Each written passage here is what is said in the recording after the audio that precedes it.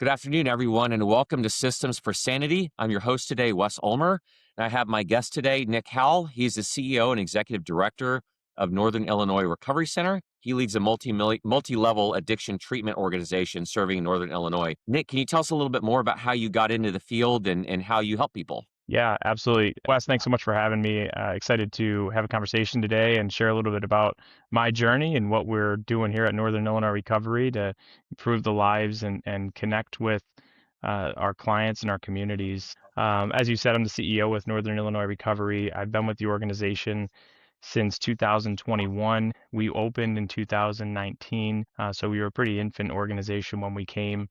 And the early years, obviously with COVID and the early goings of our company, that along with the growth that the organization experienced in their first year or so in operation, really required somebody who had more of a systems thinking and a global approach to the organization. And so I came to this organization from corporate healthcare, where I kind of cut my teeth in the space.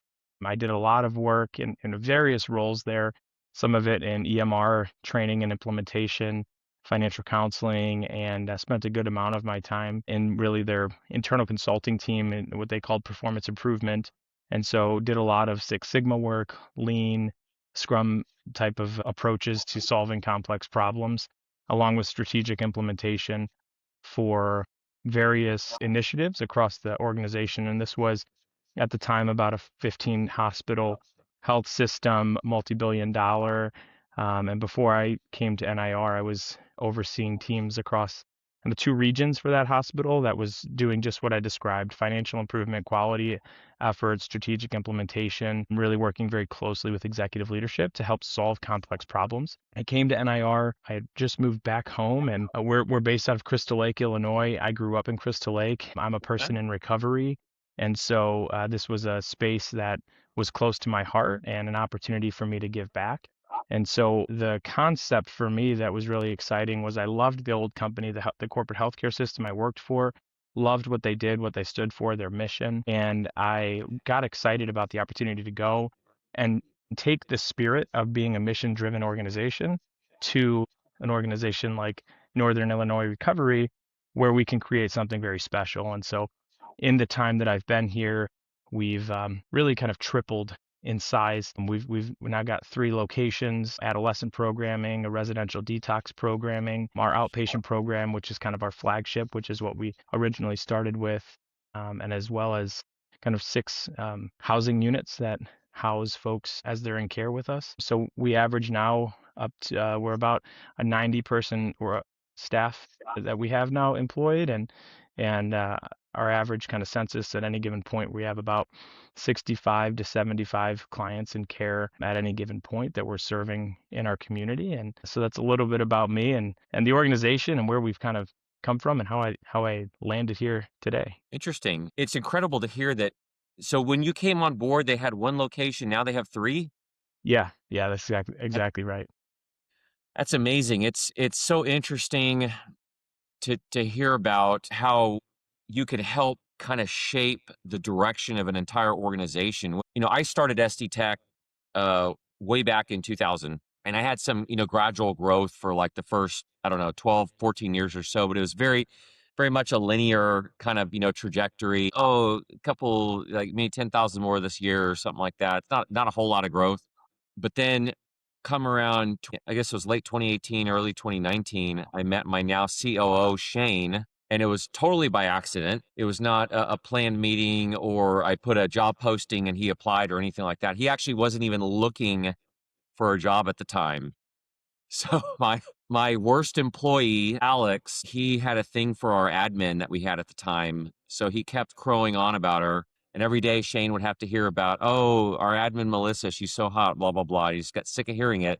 And so finally he kept asking him, hey, come to the office, meet Melissa. And so finally he just said, to shut him up, he just went with him to the office. And so he walks in, and at this point we were officing out of my house, and walks in and he's introducing Shane to Melissa. And then I walk in, and I needed to get after Alex about something he hadn't done. And I walk in, I see Alex and I see Shane, and I'm trying to decide whether I'm going to get after Alex in front of this guy. I was like, I don't know who the hell this guy is. Also, I didn't bring him here, so guess what? It's not my problem. So I started getting after Alex, and then Shane turned to Alex and said, "Hey, Alex, this is exactly what we were talking about the other day." Shane had worked in multiple managerial positions at various levels in different organizations of various sizes. So managing teams as small as 10, 15, 25 people up to teams of several hundred people. So he's got a lot of experience in coaching, managing, all those kinds of things. So he had been trying to coach Alex, and Alex had been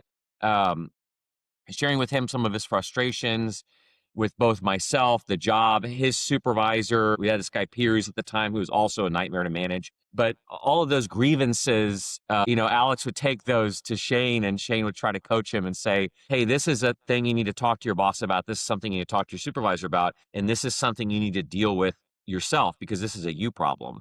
So it's helping him separate those things out. And it was making some impact, but not enough. Alex, needed a lot of work. But anyway, so I said, "Shane, I said, what's your deal?" And he goes, "I'm actually in between positions. I used to do these other jobs, blah, blah, blah." He tells me about all that stuff. And I said, "Sounds like you have a technical background," because he was doing tech support at various points of time, like 2Wire and a couple other companies. So I turned to Alex and I said, "This guy is unemployed currently. He has a tech background, and we're looking for another tech. And he lives with you. He's your landlord. And you didn't think to maybe introduce us?" So I asked Shane to lunch, and we went to lunch, and it was a great lunch. It was supposed to be 30 minutes or an hour, and it turned into 2 hours. We really enjoyed each other's company and really hit it off. It was a very, very strange spark that was right there at the very beginning. And so I offered him a position. I didn't even know what he was going to do. I was like, this guy could be like a low-level tech, or he could be a great component of the company in coming years. And turned out, elevated him to the COO position, and he's really helped me to free up a lot of my time and to be able to focus my efforts on the things I'm really good at. Like, I love talking to clients, I love networking, I love R&D, I love creating estimates and going after projects and things like that. I don't love managing people. That's not my thing. That's Shane's thing, though, and he does a great job at it. So it's funny too. Later down the road, many years that he's been with us, we've had conversations about, there's a restaurant that we go to here in San Antonio called Mirasol. And Mirasol, their manager, their GM, he waits on maybe 2 to 3 tables a night, just very kind of chosen friends of his kind of thing, right? And he waits on us and when we go in on Wednesdays. And I was telling Shane one night, because we had like a party of 15 or 20 people, and Juan comes over to take the order, and he's like, "Oh, what do you want? What do you want?" Doesn't write anything down. All of it's up here, goes to the back, puts the order in, and all of it comes out perfectly. Said, I got to say, Shane, I think that Juan is probably one of the best waiters I've ever met. And then Shane goes, "Juan is a very good waiter, probably the second best waiter I've ever met." I said, "Who's the first?" And he's like, "Well, I used to go to this coffee shop, Jim's." And I was like, "Oh yeah, I know Jim's. I know Jim's. Yeah, what about it?" And he's like, "Well, the one I used to go to, this guy used to work in the smoking section, and we used to go up there, like after the bars closed or whatever, like 2 a.m. to like 4 a.m. And this guy would go around the entire smoking section. There are like 4 tops and 6 tops and 8 tops back there. And this guy's taking all these orders from all these drunken idiots, getting it all absolutely correct, and then bringing all the food out. You do it all in one fell swoop. It wasn't like he just went to one table, then went back, came back out. No, he would take the orders of all the tables in the entire smoking section at once. And I said, "Did the guy have full tattooed sleeves?" And he wore like a long sleeve shirt all the time because Jim's wouldn't allow him to show his tattoos. And he goes, "Yeah, how do you know?" I was like, "His name was Will, right?" And he goes, "Yeah, how do you know Will?" And I said, "Because I used to go in there all the time from 2 a.m. to 4 a.m. So we played in the same pool hall together, never knew each other, Yeah. and just met by chance." So it's crazy connections, and you bring the right person in the picture, and it can really change the trajectory of your life and an organization and all that kind of stuff. So it's exciting to hear what you guys have done. How has that growth looked like for you guys? Has it been difficult or easy, or what does that look like? Yeah, well, I mean, growth is always difficult and easy at the same time, right? So, interestingly on that topic, and I think this is one of the things that's made us as an organization most successful. One of our founders and owners is his name's Chris, and he is very much more on the visionary side. He can see around the corner. He's really, really big on the ideas. And I'm really big, like I also have strategy and vision, but we are a perfect pairing in the fact that he can create massive growth ideas. He can create wonderful opportunities and generate possibilities. And then I'm here to help navigate that with him so that we can Yep. actually put them in place in a way that helps grow and figures out what's worth doing, what's not worth doing, and try and sort some of that out. I think for us, specifically in the recovery space, our spirit is not to grow for growth's sake. Which is different than a lot of industries. We don't want to just go out, we could go out and there's mergers and acquisitions we could go do, and there's all sorts of things that we could be doing to just grow the bottom line. But what we want to do is make sure that we grow where there's going to be a need met. A lot of that has been focused in our community. It's how we began as an organization. If you think about 2018, our county here in McHenry County was some of the highest overdose rates. Opioid pandemic or epidemic had really hit our area really hard, and we didn't have really effective treatment in our communities. And so from that recognition of people were suffering, the treatment center was born. And as we grew and as I came in 2021, there was a lot of identification on, we had a lot of folks that needed detox and more stabilization, which is like what we call residential stays. And so from there, we said, hey, we're gonna build a residential and a detox. We found a property that's 5 minutes from our outpatient center, sits on Oh 9 man, great. acres, 16 beds, beautiful property, and that has become this little oasis for people starting their recovery journey.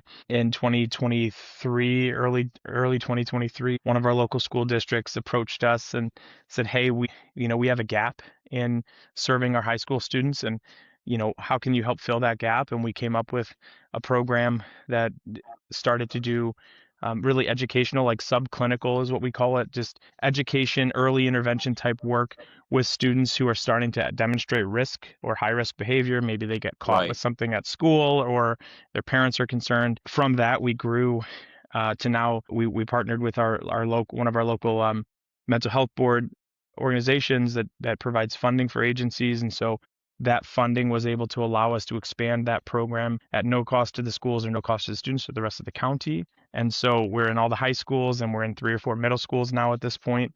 And from that, we saw all of these adolescents who needed recovery and treatment services. And so we opened up an intensive outpatient program as well. And so that spirit of growth in growing where there's a need, knowing that there's something Right, here that right. needs to be served. That's a great way to put it, growing where there's a need. Yeah, and so we grow to meet the needs of our communities and the people we serve. And I think the other part of that for me was, and I'll tell a quick story. When I came in, I saw a mission problem in the organization. There was misalignment in our identity. And I knew that if we were ever going to galvanize our entire organization to do really I mean, granted, there was a lot of really great work happening. A lot of it was in pockets. Organization was not in like a complete tailspin by any means. But for us to grow where we needed to grow, we really needed to all get aligned. And so maybe 2 or 3 months into the job, the position I came in, I tried to do a lot of mission work with the leadership team. And I was met with so much resistance because the team hadn't really built trust in me. The team, there were some team members who needed to exit the organization you said there were some people that were, difficult. There were people who just weren't, anytime there's a leadership change, right? There's attrition. And so we had to kind of get the organization, the right leaders in place, scale the team to the right size and get the right scope of control over the organization and their teams. And then from there, right, about a year in, early 2023, I revisited this mission work, this values work, and we really started to embark upon a pretty incredible journey that involved all of our teams, front level team members from across the organization. We spent about 6 months of kind of collective time creating our mission, vision, and values. And from there, right, that became the catalyst for us to really develop our path forward. So now we all are very clear on what we're trying to do. And our mission, right, it comes down to, if we put it into a single tagline, is restoring human connection. And we want all of our interactions to restore connection with people, because one of the catch lines that you hear often in addiction is the opposite of addiction is connection. And so there's so much disconnect that people feel when they're in active addiction. There's so much, whether it's families or friends, they feel alone and isolated, sometimes by choice and sometimes just by circumstance. But what we try to do is restore that connection, give them hope, because we're a very small part of somebody's recovery journey. This is somewhere between 60 to 120 days of their recovery journey. If they walk out of our care and they can have a peer network because we've taken them, helped introduce them to the recovery communities. They've built relationships with other people in treatment. They've started their own feet and down a path of finding their own journey. They can start to trust, and then they can have the tools to really be successful in their future. So being very clear about who we are makes it easy when we go to grow to say, well, Right. this is very aligned with we're growing because this is who we are and this is what we're doing. We're going to serve this underserved population. We're going to serve this need in the community. So let's go out and start. No, that's awesome. Yeah, alignment and vision and values and things like that are very important. And that's one of the things that Shane has really enjoyed about working here, is being able to help me shape the vision and values of the company. So I mean, they've always been there, but just haven't been very well defined. Mhm. And not all of our employees have bought into that vision and alignment. And a lot of them aren't here anymore. I don't think Yeah. there's nobody here that was here when Shane first started, except for Shane. Yeah. Well, and that's the thing. When we did our mission work, it started from who are we today and what makes us, when we are at our best, what is that? What does that look like? How does that show up in our lives? And it's exactly like when we talk about our culture, that's the piece that it doesn't have, it should be aspirational, but it should also be realistic. It should actually be, this is the spirit of who we are. And we're going to be clear about that. And it makes it easier when the points that make me so proud of the teams that we have across our organization is when somebody comes forward and says, hey, I'm seeing something that doesn't really feel like like it doesn't feel right. It doesn't feel like this should be going on. I don't know what to do. I just want to report it. We can then go and we can address that, or we can investigate it. We can do whatever in terms of the organization, but it shows that there's buy-in to what it is that we're ultimately doing. Because I've worked for companies that are just their taglines. They're really, you have a mission, but nobody knows what it is. Nobody knows why they're there. I've worked for that. And for me, like I said, that the healthcare system I worked for prior to coming to NIR, mission was everything. What we did and how we served people was the center of what we did and why we did it. And it was very clear at every level of the organization what it is that we were there to do. And I found that mission-driven organizations are the ones that galvanize people because they Right. believe in what they're doing. No, yeah, all of that's very, very important. How long did you say you've been at this position currently? 5 years.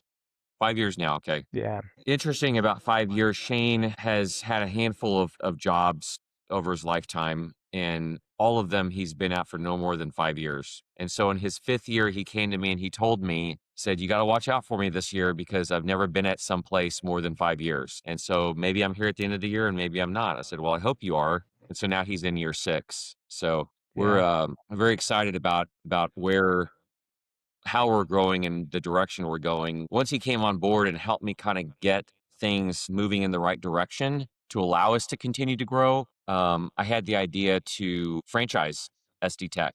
And so we've started franchising SD Tech in like 2020, and we have 2 franchisees, so not a whole lot. We're not like a huge, like 15 or 30 or 40 or 50 unit franchise, but we are growing. We have an interested party in Dallas that we just met with yesterday for Discovery Day. That was fun and interesting. And then we have another one up in Virginia that we're talking to as well. It's a couple, they already have an IT company, but it's more on the government contract side, not on the SMB side. So yeah, growth is interesting in any direction. It's difficult to start your own MSP because you don't know what vendors to use, what hardware, software, all that kind of stuff, right? So if you have a system that's been developed over multiple decades, it kind of helps you shortchange that process and really hit the ground running. So we're Yeah. excited to see where that goes. What are y'all's growth goals over the next, say, 5, 10 years? Yeah. I mean, that's a loaded question for us. I think, for certainly for us, We have really hopes to continue to grow, certainly our residential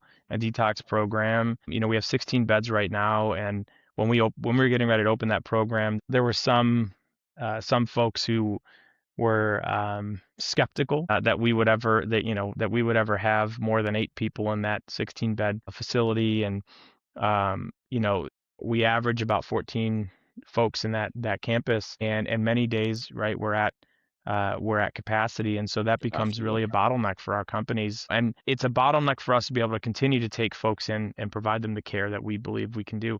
We want to be the best provider in the Midwest, and we want to, and we believe we are, right? I think we continue to grow. We have a lot of data that we collect and outcomes data that we um, we provide, and what we do with that data is what matters, and how we leverage that for our growth.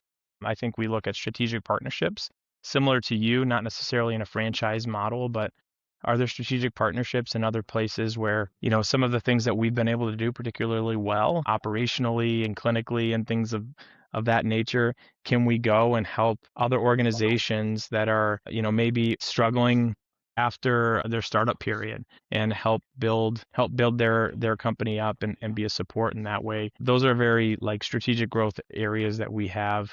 Our adolescent program is continuing to have needs, but there's opportunities for us to do higher levels of care. I don't know that we'll do a residential inpatient adolescent. That's a Right. little bit I mean, that's a lot for us, but who knows what the future holds. I think if we continue to see a need and we feel like we have the right pieces in place, those are areas of growth for us. And then we look at just like the outpatient continuum, because one of the pieces around our overall vision is to create a behavioral health system. And so right now, somebody enters our care either through kind of our outpatient program or our detox and residential inpatient program, and they kind of go through the life cycle of our treatment, and then we launch them back out into the world so that they can go and live very successful, happy, and sober lives. But we also recognize that there are people in behavioral health who really could just benefit from more intensive, individual therapies. And there's people that need medication supports through psychiatric care or medication assisted therapies. So there's all sorts of like wraparound services that I think are really interesting for us, because that's what healthcare is. And so behavioral health, I joke sometimes that behavioral health has been like the redheaded stepchild of healthcare for a very long time. We lag a lot in accountability measures and outcomes measures. We lag just in a lot of ways. You talk about the technology investment. I know before we started this conversation, we talked a little bit about investments in technologies and things like that. Healthcare in general has had a big boom in investments in technology for the past decade or so. A lot of money going in.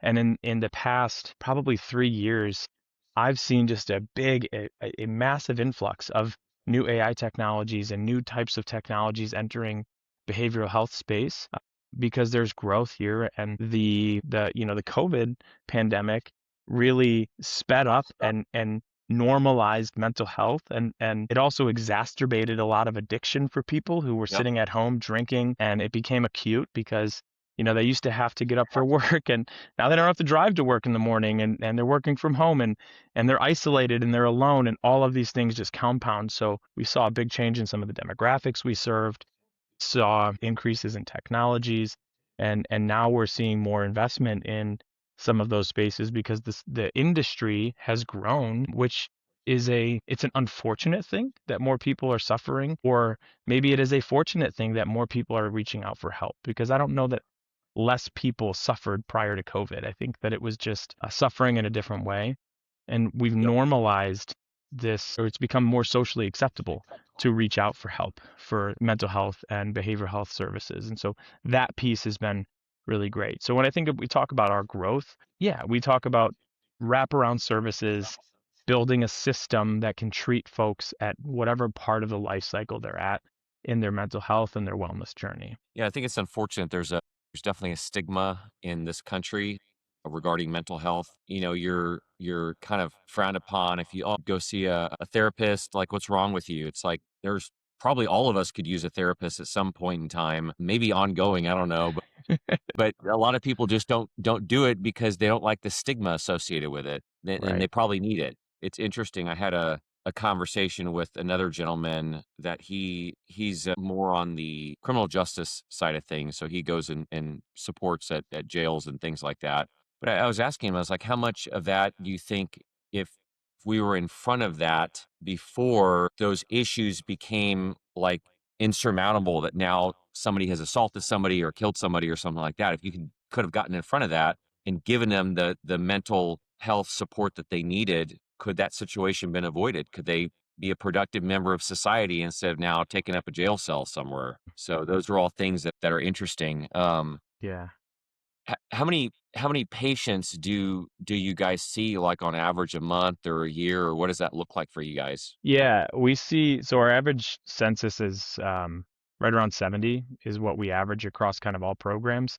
Okay, And sometimes that goes, depending upon times of the year. I mean, there are times when people are reaching out for more help. I think summertime is a time when the weather's nicer, you're outside, it's daylight, you get sunlight till 9 p.m. or whatever, and folks don't necessarily want to reach out as often. But sometimes we're 85, 80 plus, clients in our care across across all kind of levels and programs. That's kind of what we see. And our average, the average amount of time somebody's with us is anywhere from 45 to 60 days in okay, care. Somebody can be with us. We have the ability to care for some people, and we do often care for a lot of folks 90 to 120 days in care. What we found is our data shows that there's about an 8% or 9% improvement in 30-day outcomes for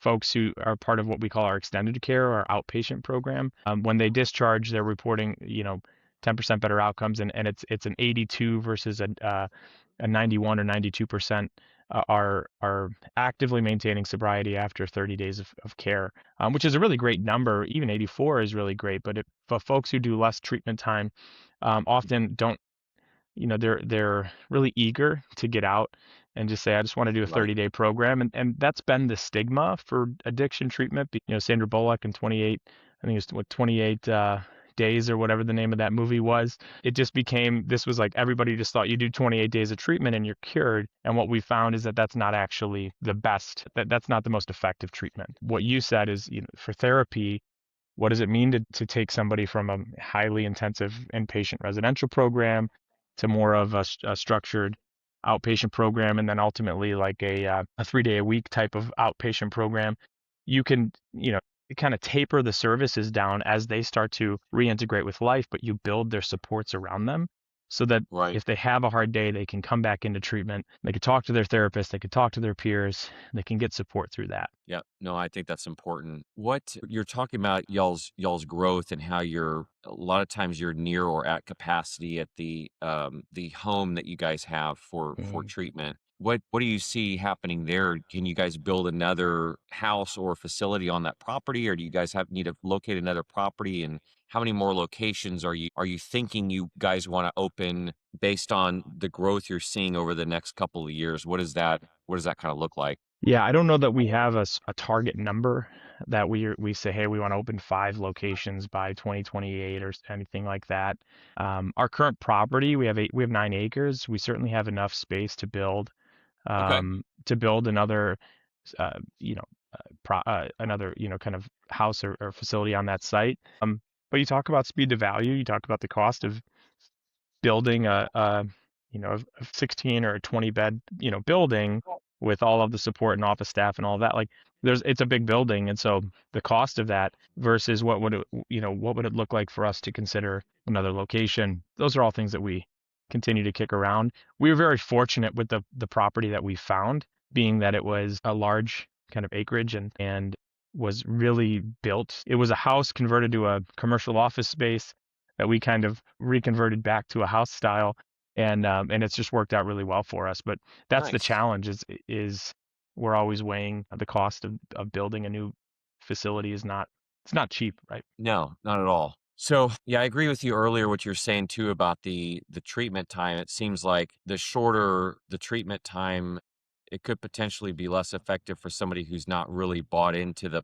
process. I think like building those habits of looking to other things besides the addiction and finding other ways to cope with anxiety and or frustration and things like that instead of going back to the addiction. I think that's important. I like that you guys hook them up with resources and things like that to be able to turn to once they're not in your program anymore. I think that's fantastic. Um what's the biggest impact do you think that you've had since you've come into the scene? You said 5 years ago, right, when you came Yeah, on board? What single biggest impact have you made in the organization? that's a really it's a great question. I think, we talked about leadership and I I certainly won't lean into ego and say that like I'm the best leader that's ever existed. I have opportunities and I have areas for growth. But what I really have done is I've really tried to build consistency in the organization. I've tried to build clarity around what we will and will not do and just provide the space for leaders to be able to grow, have really hard conversations, in the spirit of, you can have a hard conversation and not be cruel, right? And I think Yep. there's a book, Crucial Conversations. I don't know if you've ever read that book, but Yeah, what is it's it called? one. It's called Crucial Conversations, Okay. I like and audiobooks, so I'll see if they have an audiobook they of it. do. They do have an audio book on that. But, really it's how do I approach a conversation when the stakes are high and emotion might be high and it might be a very difficult, sensitive topic of performance or something like that. So I think for me, I try to be a servant leader. I try to find ways for me to remove barriers to not only kind of demand things of people, but also walk alongside them to help them figure it out and just build curiosity. I'm an audiobook person myself. I do a lot of audiobooks and podcasts and my wife and other people right that I talk to are big on books on psychological thrillers and other things and I'm like give me leadership books. It's what I enjoy. It's Yep. it's weird, I don't know, but it for me I want people to get curious about leadership and find their own style. And so the biggest impact has been being a consistent kind of guiding principle for the leaders and giving my leadership team the hard feedback on where they need to grow and having growth conversations and encouraging them um, to seek more of themselves because I see their potential, I see what they're capable of and help them believe in themselves. And I think that it's less about what I do and more about what I don't do sometimes by Yep. just encouraging and getting out of the way because I think people are very capable. People want to be put in the right path and be doing really great work and they want to feel good about the work that they do. And the more that I'm able to help guide that work and the more that I'm able to work with them to identify their gaps and develop strategies to overcome them, that type of thing really motivates people. So yeah, I mean, I think being somebody who wants to put in place systems and build a growth and continuous improvement model that says, hey, we make mistakes and that's fine. Let's come up with ways to solve for it and let's keep moving forward and having a can-do attitude. Like all of those things really make Yep. a difference for people. Yeah, it's sometimes you gotta take the bull by the horns, but other times you want them to reach the conclusion on their own naturally, otherwise you'll have to be guiding them every single time. Yeah, exactly. That can take away from other objectives you have in the business. With regards to podcasts and books and things like that, have you ever watched any of Dan Martell's videos or any of his podcasts he's in? I don't know that I've done a lot with Dan Martell. I've heard the name. It's on my list of things to look at. Yeah, he's a very interesting character. He actually came from he did not grow up very well to do or anything like that, and he was kind of going astray at various points in time, and he was finally able to kind of get his life together and turn things around. And he's just built an incredible portfolio of companies mainly in the technology and AI space, business automations and things like that. So I enjoy listening to his stories and he puts out, like 15 to 20-minute videos multiple times a week. And he's just got great vision for ideas and things like that and how to use the tools that are out there. He designs a lot of tools that aren't available. He'll design new tools and release things for his own businesses and then in turn ends up marketing them for others. So it's definitely if you enjoy business and things like that, you'll probably get a good few couple of nuggets here and there out of some of his videos. Definitely encourage. I'll share one with you on LinkedIn. Yeah, please do. You can check it out when you have some time. But But yeah, he's great. What sort of technologies have you guys implemented in your business that have just kind of helped you guys leaps and bounds? Yeah. Yeah, I'm a big technology person, and one of the projects I worked on in my previous career was digital transformation efforts. And so I assessing technologies for the organization to digitally transform into the new age. And I've been somebody who's I'm always willing to take a phone call when a technology company says, "Hey, I got this thing that I think you might like." Some of the things that we've implemented for us have been, I think the ones that have made the biggest. We implemented autonomous text message follow-up outcomes platform that really can track our clients through, we check in with them at 24 hours after discharge, 3 days, 7 days, 2 weeks, 1 month, 2 month, 3 months, 6, 9, and 12. And we're following up with them not only with words of encouragement and just motivation, but we're also following up with them on outcomes. And so that automation for us has been really effective at getting industry response rates. Or we have a response rate above 45% on that platform. Which, if you think about any survey response rate, like, it's very low. Right. You're lucky to get 5 or 10%. So that engagement has been really effective for us to be able to track how are our clients doing and what kind of impact are we making. With that, though, they also have a feature that identifies a risk score and risk category for folks. And so there are cases where somebody says maybe they identify that they're not using their coping skills, or they're not following up on their treatment plans post Right. discharge. We'll get flagged with that, and we can do active outreach, and we could say, "Hey, Nick, I noticed that you said you weren't following through on your discharge plans. Like, what's going on? How can we help?" It connects back into our alumni program. We've built a really effective alumni program from that to keep them engaged. And so our goal is not to just wait for them to relapse and bring them back into treatment. Our goal is to help give them the resources and help them identify where they might be going astray before anything adverse occurs. And so that's been really effective. We've implemented some AI agents throughout our website, as well as we recently just launched an AI contact center. So volumes of calls we get, we can't answer them all the time. And so we've implemented an AI agent that helps answer the phone calls that get through from our live admissions team. And that's been really effective um, at getting information, helping give people information about our program, getting any sort of follow-up information with them, and then helps our kind of intake and admissions team follow up and have more information. So that speeds up our process for the admission process, and For sure. and helps weed out junk calls, because we get marketing calls that are, "Hey, your business needs this," and all of those things. So we're able to kind of filter through a little bit of that. And so that's been a really effective tool. We continue to look at options for data reporting. One of our electronic medical record has a pretty robust data system that we report on, which helps us just be able to track trends across the organization. Healthcare is very highly regulated. And so we have Joint Commission and other standards, licensing requirements that we need to meet. So we have a technology that helps stay up to date with the changes in those regulations and helps us manage our compliance across the organization. Those are just a few of the things that we've implemented over the past probably 3 or 4 years that have made a big impact in helping us not only be more efficient with our time. For instance, like the compliance one helps us show and document the great care that we're doing and providing, and reduces the brain power of, I need to constantly be remembering that, because I'll get a reminder that says, "Hey, it's time to call the fire alarm company and set up your annual inspection." Great, we can do that. I don't have to think about it. These are things that are Right. just getting reminded of when they come up. And so when we build these things in and we think about what are the tasks that I carry around in my brain all the time, how do I automate those things? How can I make those more effective and efficient for Yep. me and the rest of the organization? And is certainly, we've done an AI note taker for our therapists, and it helps improve documentation compliance, but also reduce the amount of time that our therapists are having to spend doing documentation, because it summarizes their sessions. Obviously, our clients have to consent to participate with that technology, and it doesn't store it anywhere. It deletes it when you say I'm done with it. It just moves on.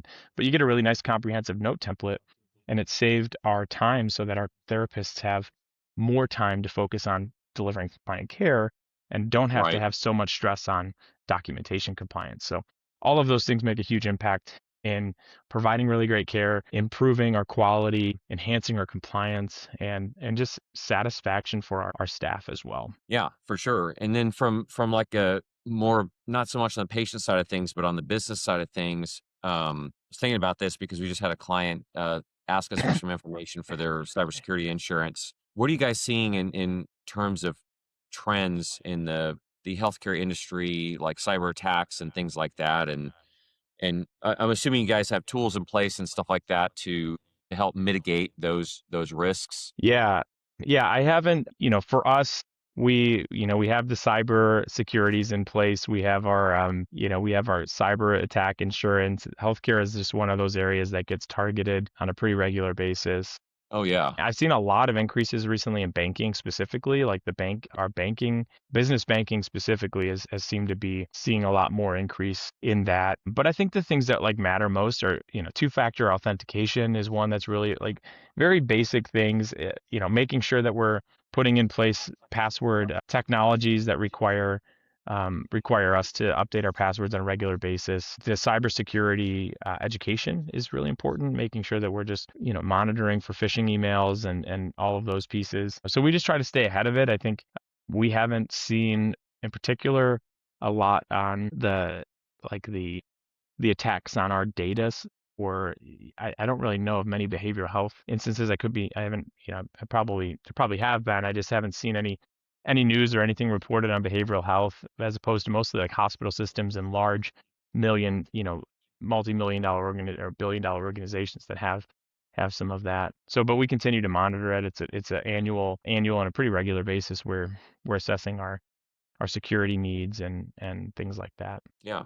Do you guys have, since I'm in the IT space, do y'all have internal IT or do you guys use an external provider, or what does that look like for your ongoing support, like on a day-to-day basis for like the employees and the network and things like that? Yeah, that's actually a great question. We are in a place of probably starting to look at that external third-party IT vendor for us.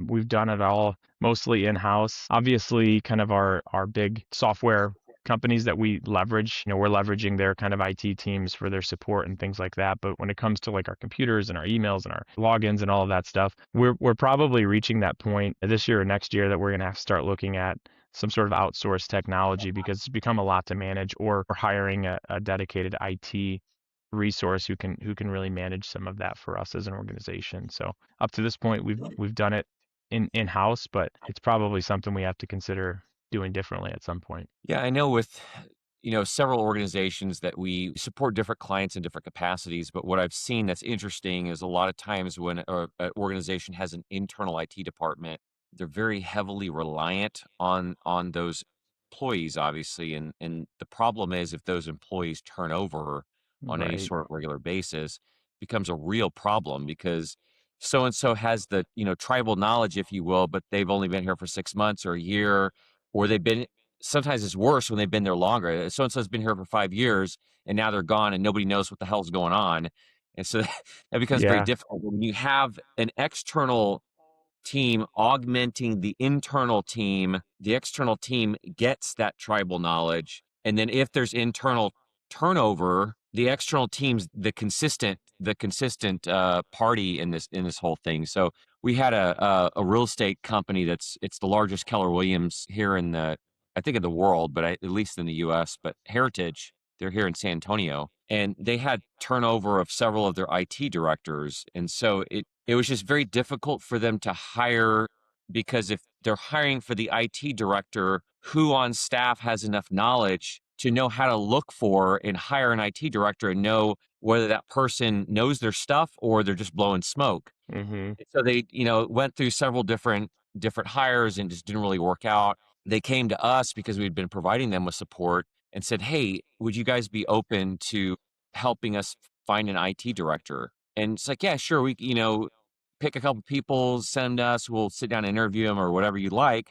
Happy to do that." Shane's very good at things like that. And he said, "No, no, I don't think you understand. Like, we want you guys to provide us with an IT director." And so we got one of our employees to step into that role, and she was there for about 2.5 years. And now we switched her out because that role gets kind of kind of wears you down and wears you Um, out over time because you're like the main go-to for everyone at that building, and there's, several hundred people there.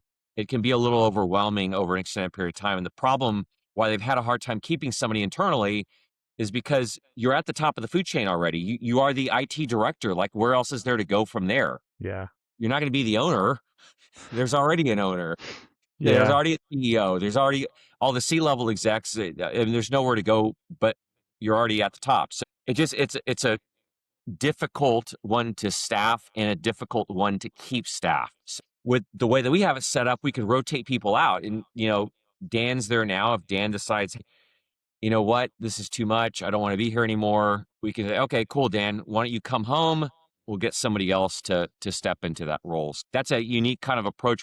That's the only client that we do that kind of staffing, quote unquote, for. Yeah. But a Which is lot of like, yeah, like a managed service organization, right? Which is I'm going to provide you with these managed services, and an area where we continue to look at what might make sense as we talk about, as I right, mentioned, strategic partnerships, growth, other things. What are the things that we really feel like, hey, we do really well? And I talked to and talked to a lot of treatment centers and other folks from across the country. Many of them are doing fantastic work and have no struggles, and they've figured it out, and sometimes have it more figured out than we do, right? And they're doing great.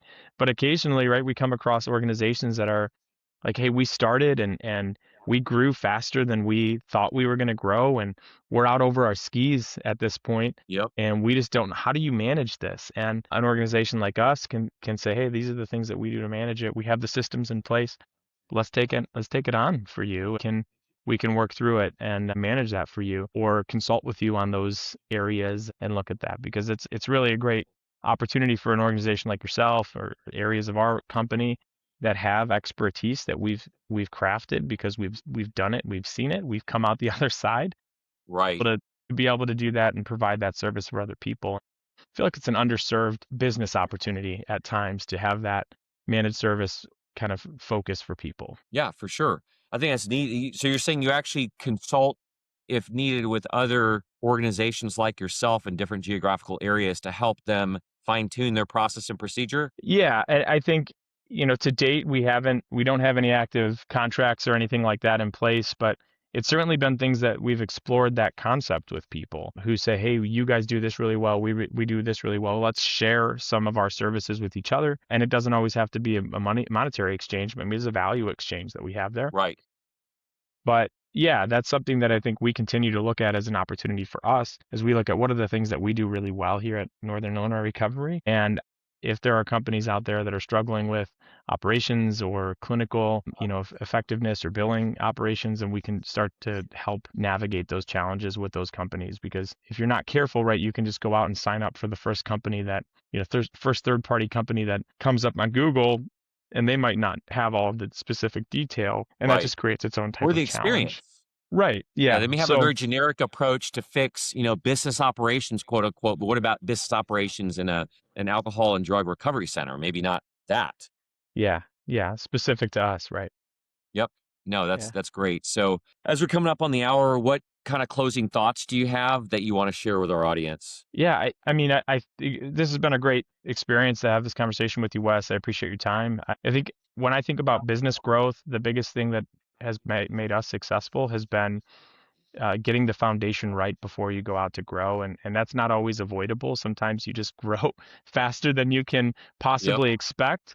But when the dust settles in that initial growth period, for us it was really, really critical for us to be able to grow and to deliver the same quality and experience at all of our locations.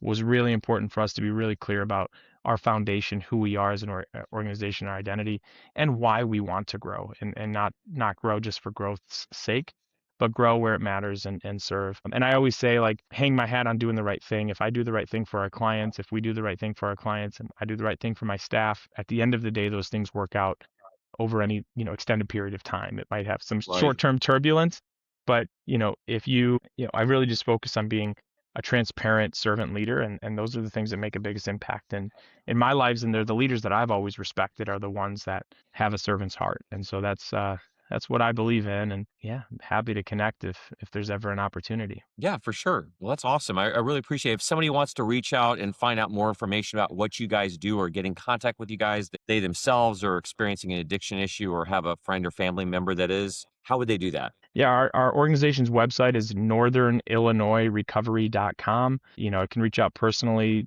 to email me at nhowell, Howell, at northernillinoisrecovery.com. You can find me on LinkedIn at Nick Howell.